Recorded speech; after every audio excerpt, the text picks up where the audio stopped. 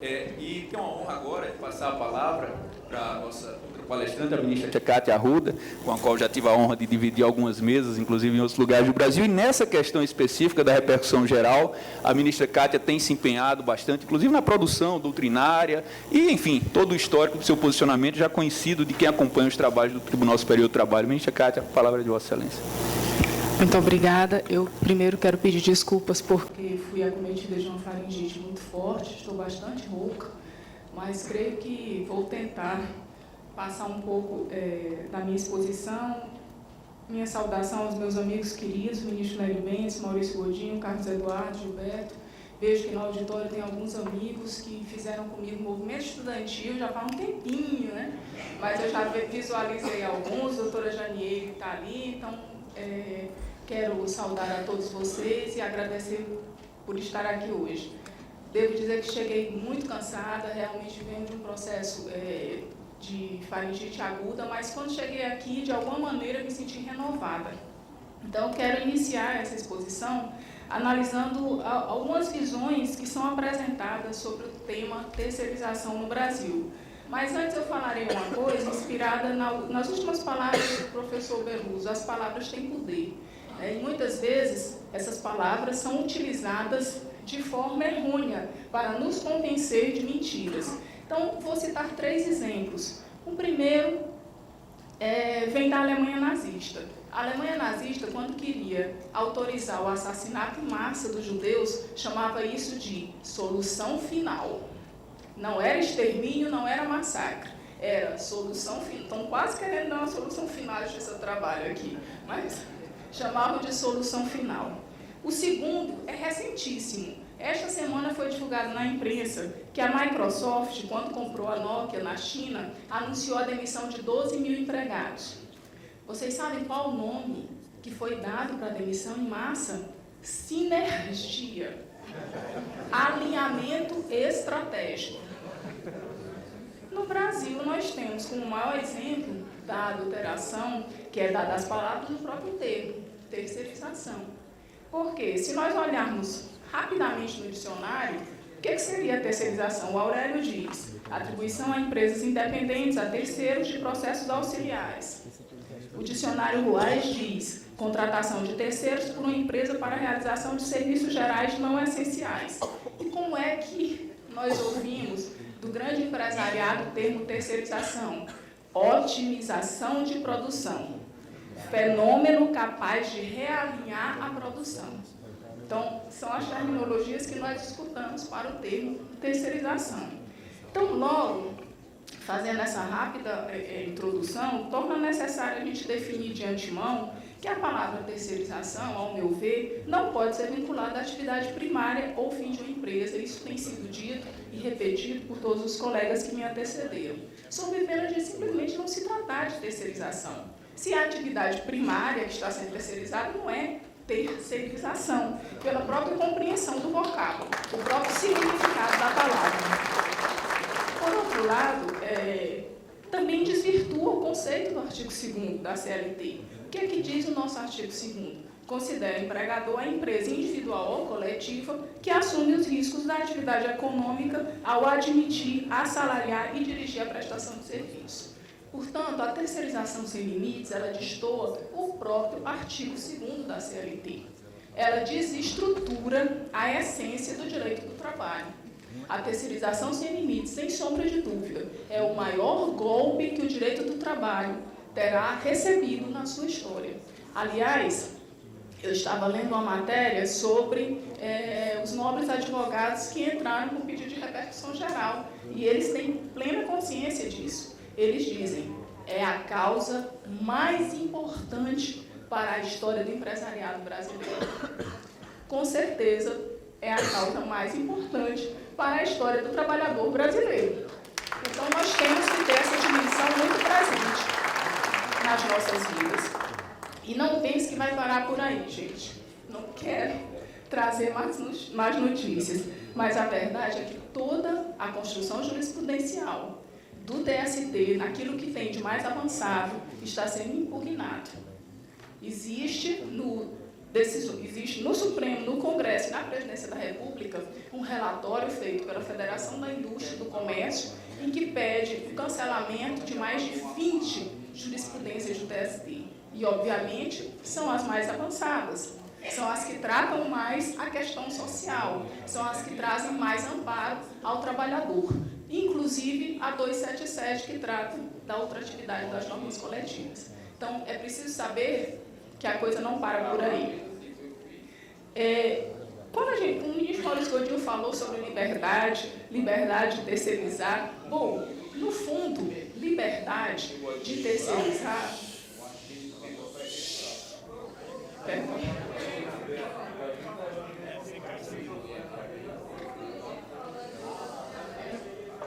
Eu posso continuar?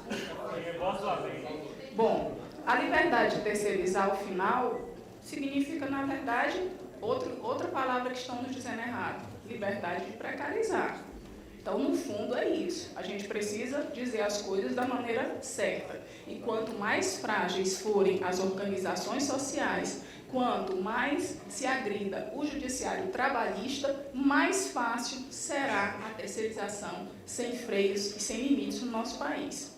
O que se percebe, na verdade, no Brasil, é uma tentativa de parte do poder econômico de alterar não só o significado das palavras, mas todo o sentido, de forma prática e concisa. Eu vou dar 3 exemplos. Um foi dado pelo ministro José Roberto Freire Pimenta.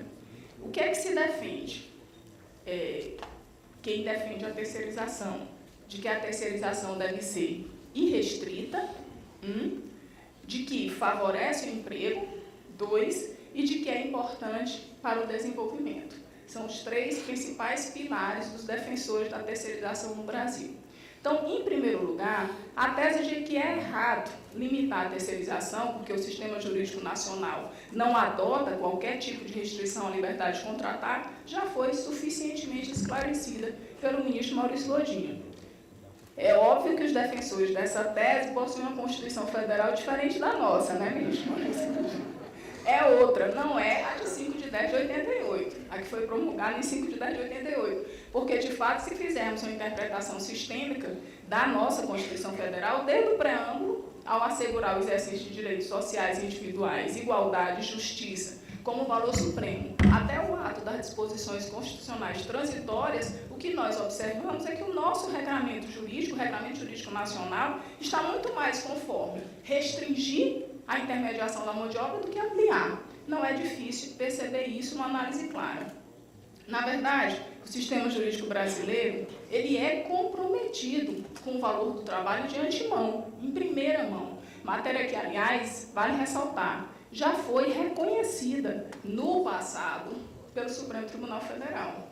O ministro Eros Grau, aqui citado, ao julgar de 1950, disse que, aspas, a livre iniciativa é uma expressão que tutela não apenas a empresa, mas também o trabalho, à medida que sua função não é apenas a geração de lucros, mas a criação de empregos de qualidade, com respeito à legislação trabalhista. E só dessa forma é que a empresa poderia cumprir a sua função social, por óbvio. Em segundo lugar, segundo termo que eu citei, eu tenho ouvido repetitivamente, quase a exaustão, a frase de que a terceirização cria empregos e teria criado 10 milhões de empregos recentes no Brasil. Analisando os fatos, o que é que nós vemos? O que é que os fatos nos mostram? Primeiro, que não houve criação de novos empregos, e sim a substituição dos empregos diretos com a empresa tomadora de serviço por empregos indiretos terceirizados. Não há dúvida quanto a isso.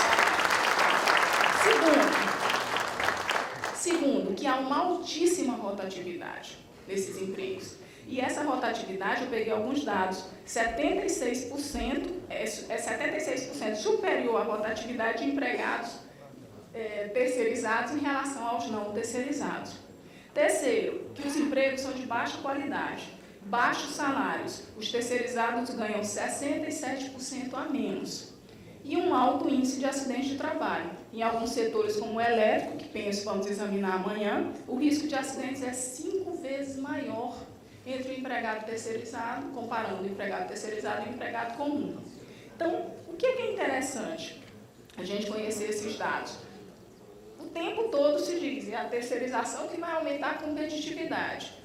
Ninguém está lembrando, por exemplo, de trabalhar pela regulamentação do artigo 7º, que impede a demissão arbitrária ou sem justa causa, que aí sim poderia contribuir para diminuir o alto índice de rotatividade no nosso país. Então, será que não está na hora da gente começar a mudar a nossa perspectiva? Não administrar apenas as perdas, mas começar a pensar em que é que podemos evoluir? Eu penso que essa frase, a terceirização cria empregos, nos faz lembrar o que o ministro da propaganda da Alemanha, na época do nazismo, dizia: conte 1000 vezes uma mentira e ela se tornará uma verdade. Em terceiro lugar, em relação ao desenvolvimento, dizem os defensores da terceirização que a competitividade, saiu, acho que é ontem ou anteontem, a competitividade das empresas vai cair se a terceirização for proibida. Acho que todos nós lemos essa matéria. E que nós, que tentamos fazer prevalecer a verdade sobre as inúmeras mentiras que são contadas, estamos atrasando o crescimento do país. Não lhes parece inacreditável essa afirmação? Porque a mim parece. E aí eu fui atrás. Como é que o trabalho precário, o desrespeito aos trabalhadores, a desestruturação das organizações sindicais, o trabalho análogo à condição de escravo, ressalte, 90% dos trabalhadores resgatados da escravidão nos últimos tempos eram oriundas de terceirização. 90%. Entre outras chagas, que nem vale a pena ficar repetindo, como é que isso pode ser espelho de crescimento econômico? Está tudo distorcido nesse país. Aí eu fui atrás de ler os economistas, porque não é a minha área. Fui ler, peguei 2 economistas que foram ganhadores do Prêmio Nobel da Economia. No caso, o Amartya Sen, que é indiano, e o Paul Krugman, americano. O que é que eles disseram? O Amartya Sen diz: o crescimento econômico não é um fim em si mesmo, é um meio de alcançar avanços sociais e benefícios para toda a população. O que é que diz o americano Paul Krugman? Para haver crescimento econômico, é necessário superar a exploração e a desigualdade. O relatório publicado pela Standard Poor's americana, os americanos, pelo visto, chegam a ser mais avançados do que parte do nosso empresariado. A Standard Poor's diz assim: a desigualdade prejudica o crescimento. A redistribuição de riquezas é boa para a economia. Mas parece que os nossos não entendem assim. Continuam defendendo que a terceirização deve ser restrita, continuam defendendo, em nome da liberdade de contratos, que tudo é possível, pode-se tudo, em nome da liberdade de contratar. E as outras liberdades? As outras liberdades não serão garantidas? A liberdade de ter um trabalho decente, por exemplo, a liberdade de ter oportunidades, a liberdade de viver uma vida digna. Onde ficam essas liberdades? Esquecidas em nome de uma única liberdade, que é a liberdade de contratar? Eu vi uma recente reportagem no jornal Correio Brasiliense, até trouxe aqui para vocês, mas devido ao tempo eu vou correr. Nessa reportagem diz que o governo brasileiro pagou 80 bilhões de dólares por ano a empresas terceirizadas. Só uma dessas empresas, a reportagem cita o nome, recebeu 253 milhões de reais. E, em seguida, ao contrato, desempregou 43 mil pessoas. Então, talvez esse último dado possa explicar todo o empenho na defesa da terceirização irrestrita. É um mercado bilionário, gente. Existem muitos interesses envolvidos nisso. E é necessário, com isso, analisar também o quanto o perfil dos detentores do poder no Brasil ainda é arcaico. Existem estudiosos que situam o contexto brasileiro sempre vinculando a uma forma atrasada de visão. Nós passamos mais de 300 anos sob o jugo da escravidão. Isso me faz lembrar que no fatídico dia do 7/1, não gosto nem de me lembrar, mas naquele fatídico dia, eu disse assim: que vergonha. Aí abri a internet, estava lá uma frase que essa sim valeu a pena. Vergonha foram os nossos 300 anos de escravidão e ainda continua. Realmente. Está na hora da gente repensar o que é vergonha ou não. Então, por isso é que eu disse, eu cheguei aqui, eu estava com febre, a voz rouca, não conseguia falar, mas quando eu olhei esse auditório, sabe, tantas pessoas vindas dos diversos cantos do Brasil, a diversidade cultural, a diversidade de origem, a diversidade de cor, todas as diversidades aqui presentes, é que eu vi que há esperança. Se existem mentiras sendo contadas, cabe-nos contar as verdades. Em cada canto que estivermos. Nós somos, sim, herdeiros da escravidão.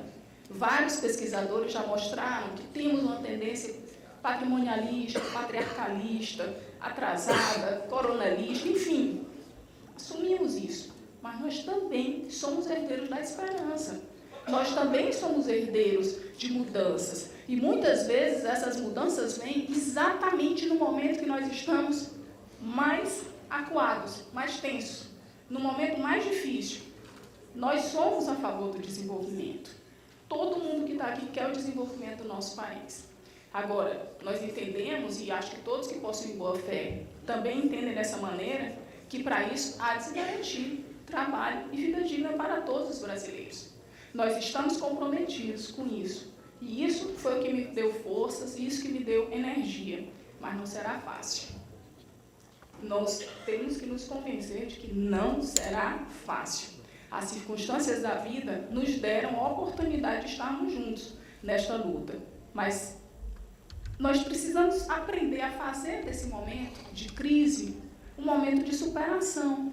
Quem sabe com isso nós não conseguimos, ao invés de brigar por algo que nós podemos perder, avançar no direito do trabalho do Brasil. E por isso é que gostaria de terminar a minha fala com a frase de um brasileiro, de um escritor brasileiro, Guimarães Rosa, quando ele diz: a vida é assim, esquenta e esfria, aperta e afrouxa, sossega e depois inquieta, mas o que ela quer mesmo da gente é coragem. Muito obrigada.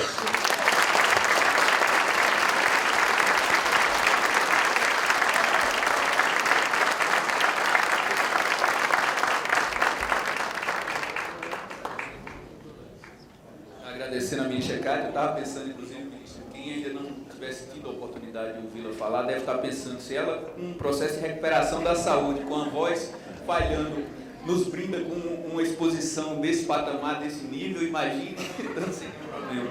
Mas Vossa Excelência ressaltava algo que eu até também fiz questão de destacar no início, na abertura da solenidade, que é justamente deste evento, a relevância de nós buscarmos avançar. Que, além de discutir aqui, buscar barrar esse retrocesso sem tamanho, que seria, né, a liberação da precarização de forma irrestrita, tentar avançar, inclusive, em termos de responsabilização solidária e tantas outras questões que poderíamos buscar, garantir a efetividade da isonomia, enfim, diversas outras questões. Mas também, quando a senhora falava do poder das palavras, né, e da discussão de sinergia sendo usada para designar demissões em massas, tentativas de cancelar diversos verbetes mais avançados de jurisprudência do TST, inclusive buscando a terceirização sem limites e usando isso como justificativa ou como uma solução para aumentar a empregabilidade ou a produtividade. Eu lembrava de outra palavra, é surreal, né? Realmente é surreal essa situação. Então,